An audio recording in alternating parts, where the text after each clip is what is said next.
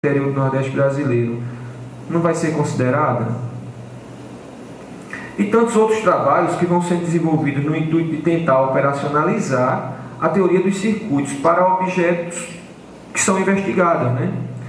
Além do livro Espaço Dividido, que considero dos mais relevantes, se não o mais relevante desse âmbito da chamada geografia econômica, né?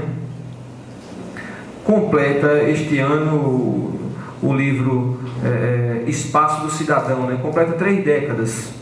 É o segundo livro que eu queria chamar a atenção de uma forma mais rápida e rasteira aqui. Que, a meu ver, é um livro que só reforça o que eu mencionei em minha fala acerca dos diálogos frutíferos do Milton Santos com a economia política. Quer dizer, pensar que o espaço geográfico nos países desenvolvidos é resultado das sucessivas modernizações, no plural, que em outra linguagem pode ser entendidas também como as sucessivas e coexistentes divisões territoriais do trabalho. Afinal, não foi gratuito que o Milton Santos, ao denunciar a ausência de cidadania no Brasil, propôs a cidadania como praxis. A preocupação em se falar no território usado e praticado, por exemplo, né? Com isso ele permitiu à geografia participar dos debates da Constituinte de 1988. E eu diria que este livro, para nós geógrafos, deveria ser visto como um contrato social nosso, né? Dos geógrafos com o país. É uma forma da geografia ler o país. Talvez esse livro Espaço do Cidadão. Ora, não estou aqui pregando discurso único, não é isso. Eu estou aproveitando o momento para dizer a vocês que o autor é importante na minha leitura também, deve ser lido de uma forma mais rigorosa, né? O Brasil, ou melhor, os jovens brasileiros precisam fazer esse exame de consciência sobre esse assunto. Sem dúvidas, na história completa do Brasil, ou se preferir, desde 1964, quando ocorreu a reforma do sistema bancário e financeiro, com a instituição de um Banco Central, até este momento, não houve um governo que tenha fortalecido os bancos públicos, por exemplo, e por conseguinte a máquina pública, como os governos do Lula, né? Eu digo isso porque esta certamente foi a grande e mais importante medida tomada pelo governo Lula, do período 2003-2011, né? Todo o resto, as políticas sociais, medidas para o crescimento econômico, todo o resto vem a reboque. Este também é o pensamento de um cientista político brasileiro chamado Emile Sader, né? Eu estou dizendo isto porque tive a oportunidade de desenvolver uma pesquisa que resultou na minha dissertação de mestrado, né? Em que dentre os objetivos estava este, de verificar este comportamento das chamadas topologias bancárias no Brasil ao longo da própria história do sistema financeiro e bancário. Paralelamente ao domínio dos bancos públicos no país, houve um fortalecimento daquilo que se chama de economia do setor público nos diversos estados da federação.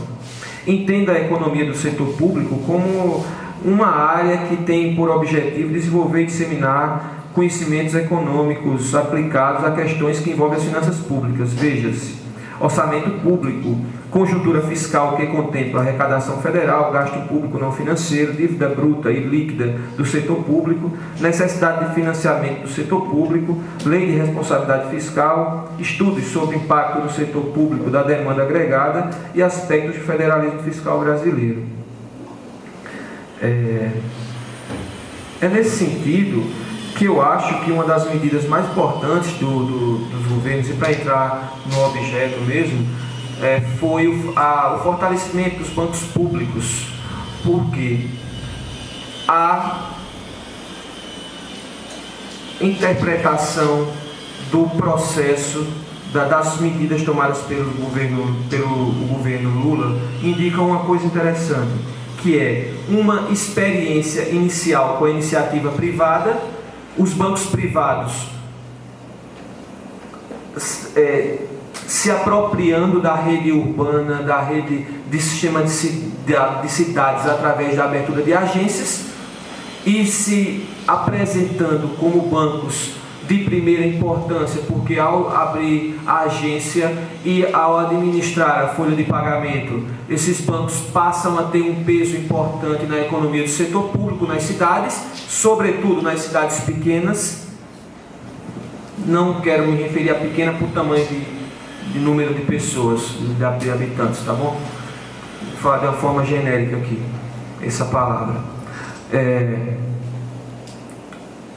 O que acontece, o que a experiência, o que a história mostrou, que toda vez que esses bancos como o Bradesco constituíram uma rede e a experiência de comprar a folha de pagamento, de administrar a folha de pagamento, de vender produtos financeiros para funcionários públicos, aposentados e pensionistas, sempre que isso aconteceu, logo em seguida os bancos públicos passaram a competir de uma forma agressiva, foram fortalecidos, abriram agências na maior parte dos municípios alagoanos, agências ou postos de atendimento bancário, e imediatamente esses bancos conseguiram ser competitivos e comprar as folhas de pagamentos dessas cidades e, portanto, passaram a fazer a ter uma espécie de domínio dentro dessa papel administrativo, dentro dessa chamada economia do setor público. O que foi um canal também importante para a realização de políticas públicas, de políticas de governo, de programas sociais. O fato dos bancos públicos estarem presentes na estrutura completa da rede urbana brasileira e, sobretudo, estando à frente com a administração da folha de pagamento, dá ao governo uma situação diferente do ponto de vista de efetivação das suas políticas e de uma espécie de gestão do território. Essa é uma observação. Por outro lado, o que se observa após esse período, e é esse período bastante nebuloso, confuso e confusamente percebido por todos, que é o período atual, né, é que esses fantasmas dessa chamada ditadura do capital financeiro, o corte de gastos para pagar juros ao capital financeiro, essas medidas que estão se dando de uma forma mais acirrada, e aparecendo como discurso o tempo todo, né, é justificado muitas vezes a partir de práticas como o fechamento das agências, né, que é justificado pelo uso de internet banking e das contas digitais. Então, se fecha agências bancárias, o governo passa a ter uma limitação do ponto de vista da efetivação dos seus projetos, das políticas públicas. Insira nisso os bancos, não o Banco do Brasil apenas, mas a Caixa, o Banco do Nordeste, os bancos públicos de uma maneira geral. Então, é preciso pensar, tem alguns problemas para a gente refletir sobre eles. Como falar em internet banking, em uso de internet banking e do uso de contas digitais num país em que 1 a cada 4 brasileiros recebe Bolsa Família e ainda há uma geração ou gerações que não têm um grau de escolaridade e não usam esses meios, essas formas modernas de acesso, por exemplo, a serviços bancários e financeiros. É uma pequena contradição.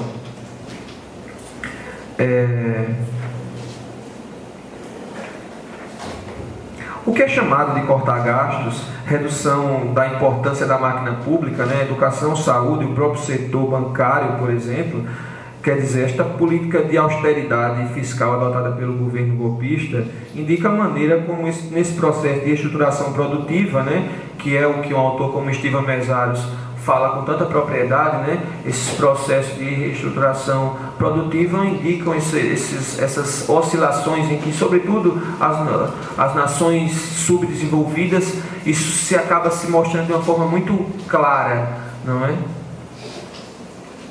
Então, nesse processo de reestruturação produtiva em que, por exemplo, digamos que nós estaríamos passando, a pergunta é, talvez essa reestruturação, esses cortes, essa redefinição do tipo de país que seremos, talvez indique, seja um indicador importante de como vamos nos apresentar dentro da chamada divisão internacional do trabalho. Talvez esse seja um indicativo importante, né? Ora, sabe-se que como produtor de matérias-primas, mas quer dizer, neste posto historicamente ocupado por nós, né? Como o Brasil irá tratar seu povo, como vai cuidar do território? Porque as empresas, elas têm um projeto próprio, elas não estão preocupadas com a totalidade do território. Entendendo o território não como palco, não como chão apenas, mas território como sinônimo de sociedade existindo nele, fazendo, né? Então essa é uma pergunta. Então, para falar de Alagoas, como no estado, são dados de 2010, dados oficiais, né, de 2010, já tem bastante tempo, mas que tinha mais de 39% da população com mais de 10 anos recebendo até um salário mínimo e 40% sem rendimento. Isso vai então para 40 com 39, 79% da população do estado. Como ficam as economias populares nesse sentido? E, portanto, como se redefinirão os chamados circuitos da economia urbana, que são o próprio espaço geográfico, que expressam o próprio espaço geográfico? Como fica isso em Alagoas? Ora, segundo um jornal bastante conservador, chamado Estadão, são 45,8 milhões de beneficiados do programa Bolsa Família, por exemplo, né? Sendo a maior parte concentrada no Nordeste, especificamente no estado do Ceará. 1 em cada 4 brasileiros está no programa, segundo essa fonte. O papel dos bancos públicos na promoção de solidariedades e horizontalidade nos lugares, portanto, é enorme. E daí a minha ideia de que os bancos públicos, eles foram o grande passo do governo, dos últimos governos que nós tivemos, no que diz respeito a reduzir desigualdades no território brasileiro e, através deles, fazer a chamada, não quebrando com a chamada ditadura do capital financeiro, não fazendo um rompimento com o capital internacional, até porque nunca foi tão bom para os países de fora também fazer negócio com o Brasil, nunca foi tão bom para os organismos internacionais fazerem negócio com o Brasil como foi também no governo Lula. Só que, por outro lado, ele fortaleceu a máquina pública e promoveu reduziu as desigualdades do país e promoveu mais solidariedades orgânicas do que organizacionais, talvez. Então, alguns dados importantes que me parecem para pensar isso. Apenas sobre o Banco do Brasil, fazendo parte desse projeto de reestruturação produtiva e, portanto, de cortes de toda a natureza que está sendo feito agora, né? Agências fechadas já são 402 no Brasil, 222 só no estado de São Paulo. Agências rebaixadas, 379 no Brasil, transformadas em PABs, posto de atendimento bancário. Parece uma agência, mas não realiza as mesmas funções da agência. Superintendências encerradas, 31 no Brasil. Plano extraordinário de aposentadoria incentivada, 18 mil funcionários. Cerca de 7.500 já foram apresentados, isso até o final do ano passado, isso já aumentou bastante. Agências fechadas em Alagoas, agências fechadas, 3 em Maceió, são 102 municípios só, né? Maravilha, Cacimbinhas, Pão de Açúcar, Coronel Leopoldina, Quebrangulo, Campo Grande, utilizando a violência como justificativa para o fechamento de 6 agências no sertão: Olivença, Água Branca, Mata Grande, Inhapi, Mata Grande também do Banco do Nordeste, né? Major Isidoro. Agências rebaixadas, 3, Canapi, Mata Grande, Piaçaba-Sul. Plano extraordinário de aposentadoria incentivada, 187 funcionários. Como fica o território com essa alteração, por exemplo, nos fixos bancários? Com essa justificativa da violência e dos bancos, dos caixas que são explodidos, dos bancos que são assaltados. Talvez fechar, é muito mais fácil fechar a agência do que fazer concurso para a polícia e colocar pelo menos 2 policiais em municípios que não tem segurança nenhuma, como Igaci, que não tem polícia. Sai um policial ou 2 de Palmeiras, dá uma volta em Igaci e vai embora, não tem delegacia. Então Igaci é assaltado a hora que quer, como também acontece isso em Campo Grande. Então, o discurso da violência, então perceba que muitas vezes o argumento apresentado, ele se desfaz muito facilmente, porque junto com esse movimento de fechamento das agências, há um conjunto de cortes que estão relacionados a ele, que envolvem todo o setor público, e não apenas o recorte que eu estou fazendo, que é da atividade bancária, por exemplo.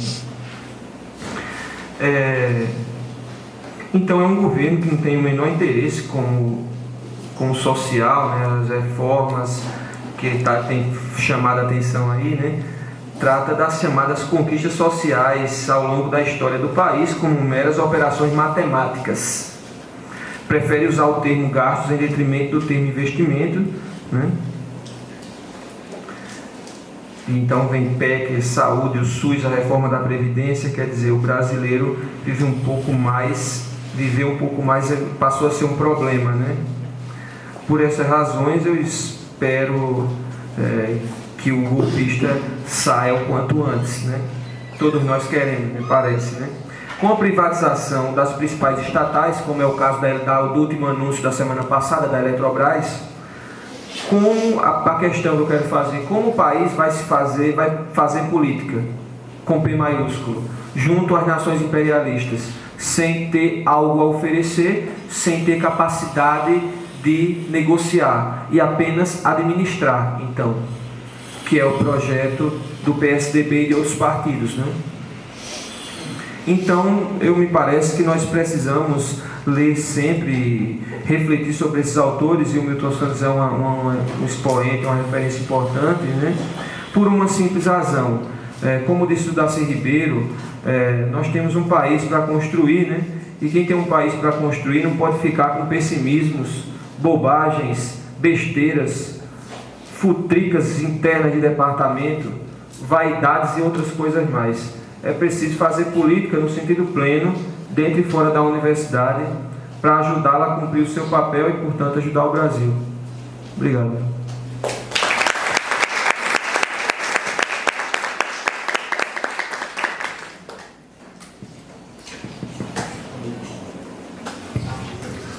Então, gostaria de agradecer ao professor Diego, né? Acredito que a gente tem todos esses convites, esses chamados para pensar o país, para pensar a região e mesmo o próprio sertão de Alagoas estão postos, e eu chamaria a atenção principalmente no sentido de que o professor faz uma ponte bastante clara entre os sentidos, os fundamentos e por isso mesmo as questões teóricas trazidas pelo Milton Santos, né, para a gente pensar nas 4 escalas, né, quer dizer, o mundo, a nação, a região e o próprio Estado, e por que não a localidade, né, o que faz com que a gente se remeta também, quando o professor Diego faz a reflexão sobre o Estado de Alagoas, ao caso específico de nossas cidades aqui do sertão, né, onde a gente vê sim o fechamento das agências, né, a financeirização do território, né, o que pode ser expresso na grande fila do Banco do Brasil e de outros que a gente vê cotidianamente. Então, esses são traços que a gente pode ligar a uma preocupação teórica e também metodológica, né, trazida pelo Milton Santos, a nossa realidade propriamente encontrada no cotidiano. Então, acho que nesse sentido, o professor Diego, eu vou discordar dele, ele é sim um intérprete do Milton Santos, né? Na medida em que traz teoria, né, reflexão metodológica e a apreciação empírica propriamente dita, o que é, na verdade, fazer geografia. Isso é fazer geografia, isso é interpretar a geografia. Mas só discordando nesse sentido, né? E aí eu passo a palavra, já de imediato, para o professor Lindenberg. Ok? Por gentileza. Boa tarde. Boa tarde. Boa tarde. Queria fazer um teste. Se eu não usar o microfone, dá para ouvir atrás? Bastante bem?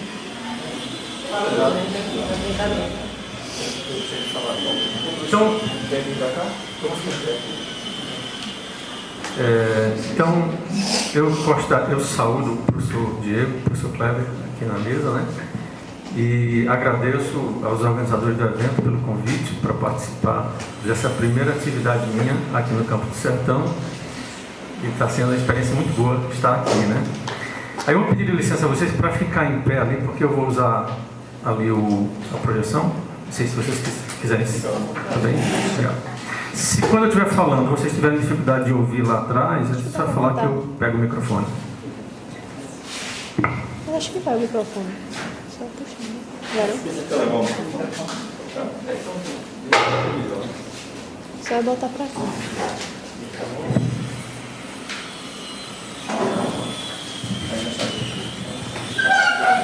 Vou ver como é que eu vou falar. Acho que tem que ficar na mão. Falou? Então talvez seja melhor.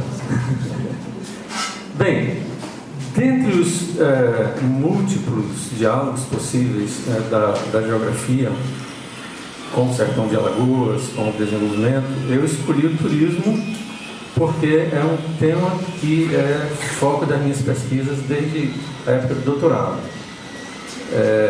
Minha apresentação será mais restrita ao sertão aqui de Alagoas, provavelmente dito, diferente da apresentação do professor Diego, que foi mais ampla, com uma abordagem mais teórica, que nos leva a pensar uma série de coisas. Eu farei então meu foco mais no turismo. E o título que eu coloquei foi esse: turismo, uma alternativa possível de desenvolvimento para o sertão de Alagoas.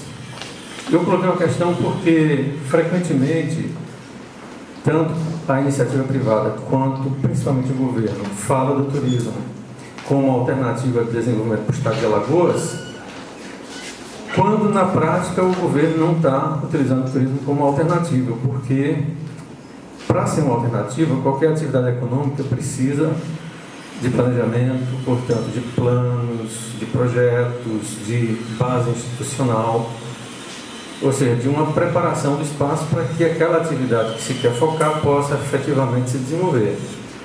E aí eu me pergunto se o estado de Alagoas está usando o turismo realmente como uma alternativa de desenvolvimento, ou se, na realidade, o turismo não tem se desenvolvido de forma razoavelmente espontânea,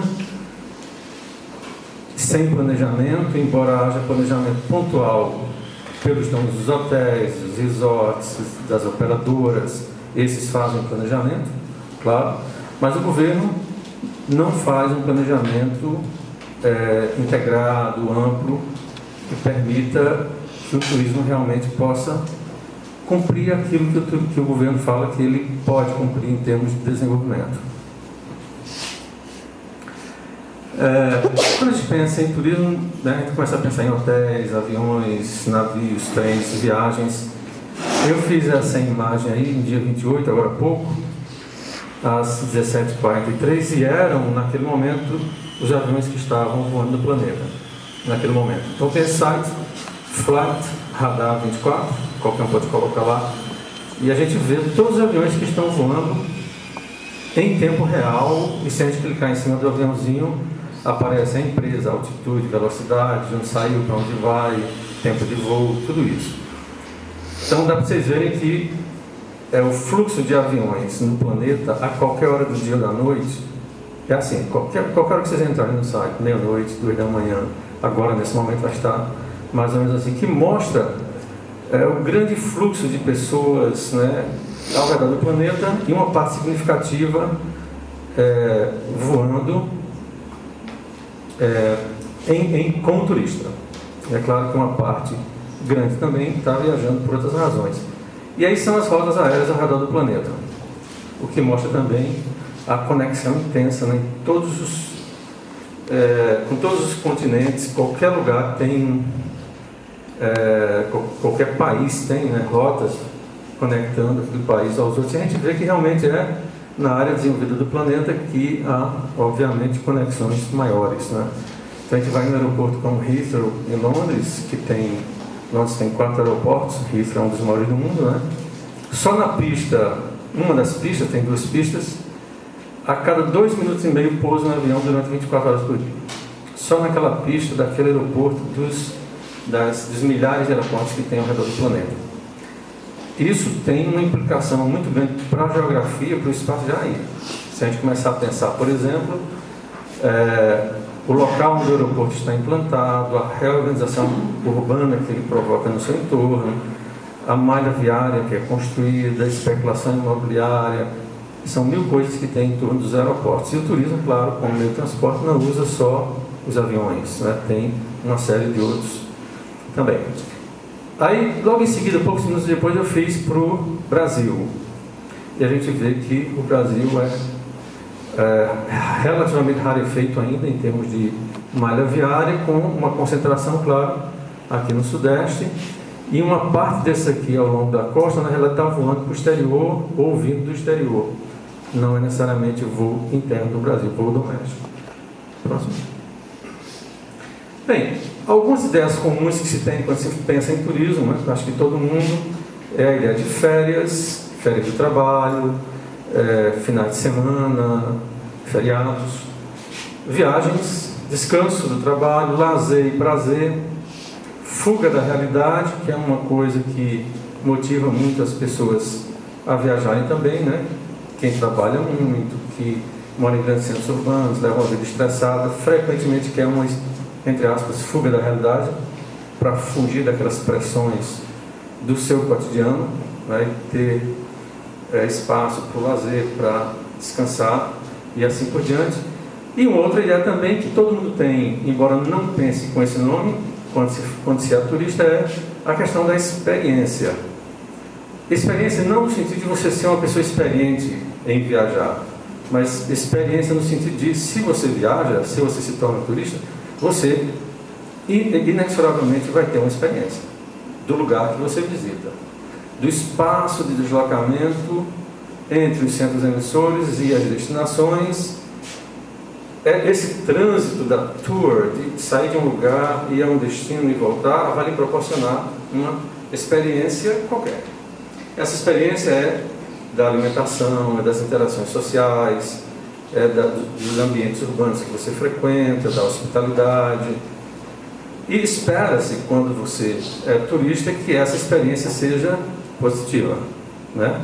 Todo mundo que guarda um dinheiro, que planeja voar, tem às vezes um sonho de destino que quer visitar, ele espera que essa experiência seja positiva. E isso é muito importante, inclusive para o desenvolvimento do próprio lugar. Porque o lugar que, por uma razão ou por outra, proporciona mais experiências negativas, ele vai ter dificuldade de competitividade no mercado que é muito competitivo no momento. Deixa ali, por favor. Mas o que seria turismo, né? Eu gosto de comentar um pouquinho o que eu entendo por turismo, porque frequentemente as pessoas já perguntaram a mim: ô Lindenberg, e justifica-se haver uma geografia do turismo? Né? O turismo é tão importante assim que a geografia deveria ter uma especialização em geografia do turismo. Infelizmente eu não tenho uma frase aqui, mas uma aluna minha, no curso de especialização, colocou na sua monografia no final algo mais ou menos assim: o turismo reorganiza o espaço, reconfigura territórios, blá blá blá blá, portanto precisa ser estudado pelo geógrafo, pela geografia. Milton Santos. Bem, se Milton Santos considera que a geografia deve estudar turismo, eu estou satisfeito que eu posso continuar estudando turismo, né? Bem, turismo tem várias formas de definir turismo. Se é um antropólogo que define turismo, frequentemente ele prioriza os lugares, né, as características daquele lugar, a experiência que a pessoa vive com a cultura daquela região ou daquele lugar visitado. Se é um economista, ele vai usar uma definição que prioriza os impactos econômicos do turismo.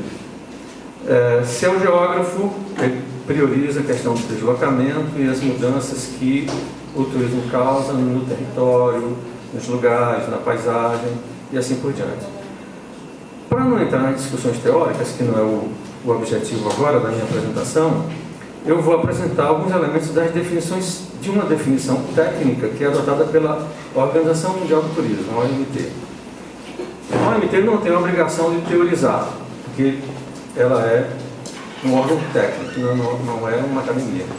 Mas, segundo a OMT, mas muitos pesquisadores utilizam também essa definição, considera turismo um deslocamento para um local que não é o local de residência habitual da pessoa, por no mínimo 24 horas, ou seja, gerando um pernoite naquele lugar, motivado por sua própria vontade, você não é forçado a fazer turismo, é você que decide fazer, está associado ao prazer, ao lazer, e nunca tem como objetivo ganhar dinheiro no lugar para onde você vai, retornando no máximo 365 dias depois para o seu local de residência permanente. Um deslocamento como esse é turismo, do ponto de vista técnico da OMT. Então você sai para um lugar onde você não mora, fica lá no mínimo 24 horas e retorna para o seu local no máximo um ano depois, ainda é considerado turismo. Você não vai lá trabalhar para ganhar dinheiro lá, você pode até ir trabalhar numa viagem de negócios, por exemplo, sendo pago por alguém no lugar de onde você sai, porque se você vai trabalhar para ganhar dinheiro no local para onde você vai sendo pago por alguém de lá, você já está trabalhando no lugar, você já não é mais um visitante, né? Então, vamos trabalhar com a ideia de turismo. Eu estou morrendo de medo porque a Ana Luísa é formada em turismo. Mas é isso, né, Ana, que normalmente se fala. Próximo, por favor. Bem, alguns dados que eu trouxe para vocês sobre o turismo. Há atualmente mais de 1 bilhão e 300 milhões de desembarques anuais ao redor do planeta. Todo ano tem, no mínimo, isso aí. São dados da OMT.